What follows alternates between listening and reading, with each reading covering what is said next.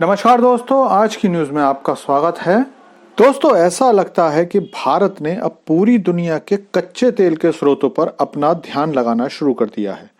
ऊर्जा के प्रति भारत की भूख लगातार बढ़ती जा रही है, क्योंकि देश की प्रगति में ऊर्जा का कितना महत्वपूर्ण योगदान है, ये भारत की नई सरकार अच्छे से जानती है। और इसी क्रम में अब वेनेजुएला से खुशखबरी आने के बाद भारत ने अपना अगला ऊर्जा साझेदार गुयाना को बनाने का निश्चय किया है। तो क्या है सारी खबर और क्यों भारत एक नए तेल उत्पादक देश से कच्चा तेल खरीदने का समझौता करने वाला है, सारी खबर जानते हैं। लेकिन आपसे रिक्वेस्ट है कि चैनल को सब्सक्राइब कर लीजिए, क्योंकि यहाँ आपको डिफेंस, फाइनेंस और फॉरेन पॉलिसी पर वीडियोस रोज मिलते हैं। तो दोस्तों, किसी भी देश की तरक्की के लिए सबसे ज्यादा जो जरूरी है, उनमें ऊर्जा भी बहुत ज्यादा जरूरी चीज है।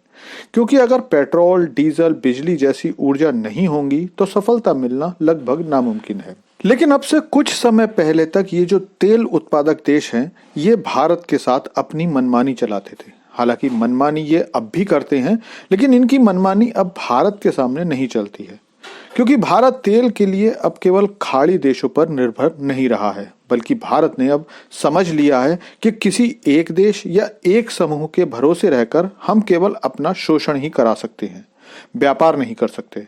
क्योंकि ये तेल उत्पादक देश तो पहले कभी भी तेल की कीमत बढ़ा दिया करते थे या तेल का उत्पादन कम कर देते थे। यहाँ तक कि कई बार भारत की विदेश नीति भी ये प्रभावित करने का प्रयास करते थे और कई मामलों में तो वो ऐसा करने में सफल भी हो जाते थे। लेकिन अब भारत ने अपनी सोच बदलकर अपनी तेल खरीदारी अलग अलग जगह से करना शुरू कर दिया है या खरीदारी शुरू करने की तैयारी कर ली है। और इन्हीं देशों की लिस्ट में अब एक नया नाम जुड़ने वाला है। इस देश का नाम है गुयाना।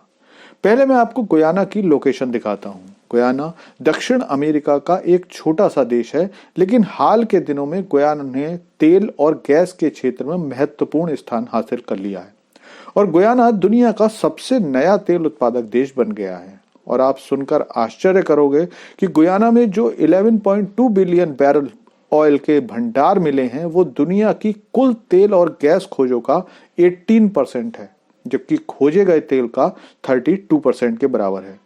ओपेक के अनुसार 2027 तक गुयाना तेल उत्पादन का बड़ा खिलाड़ी बन जाएगा। और क्योंकि भारत की तेल जरूरतें 2040 तक 3% प्रतिवर्ष के हिसाब से बढ़ने वाली हैं, इसलिए भारत को जहां भी तेल मिलने की उम्मीद होती है, भारत वहां तुरंत पहुंचता है, क्योंकि कोई भी देश भारत को तेल बेचने से तो मना नहीं कर सकता। गुयाना में मिल रहे तेल को रिफाइन और निकालने के लिए बहुत ज्यादा इन्वेस्टमेंट की जरूरत है, जो गुयाना की आर्थिक हालात अफोर्ड नहीं कर सकते।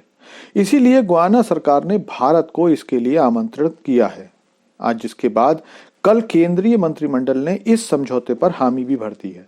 अगर पिछले दिनों में देखें तो भारत ने तेल के लिए मोजाम्बिक, वेनेजुएला और नाइजीरिया जैसे नए तेल उत्पादक देशों से या तो समझौते किए हैं या समझौतों को रिन्यू किए हैं।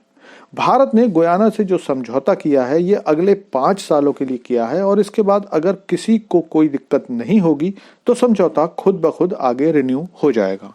लेकिन इस मुद्दे पर आपकी क्या राय है, कमेंट करके बताइए। Thanks for watching video.